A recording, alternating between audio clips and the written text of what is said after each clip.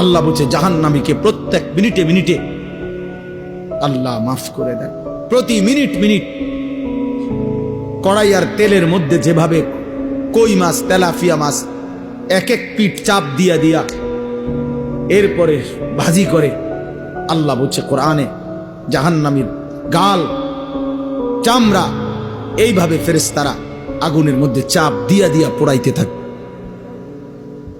অহুম ফিহা কালিহুন, চেহারাটা বিভৎস কালো মলিন হয়েছে।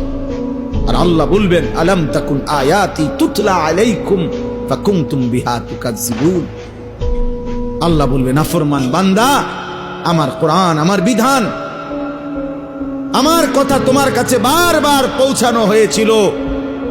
কত বক্তা কইল, একবার জোহরের পরে, একবার আসরের পরে, একবার মাগরিবের পরে, একবার এশার পরে, একবার শেষবারে, এভাবে বছরের পর বছর বলল।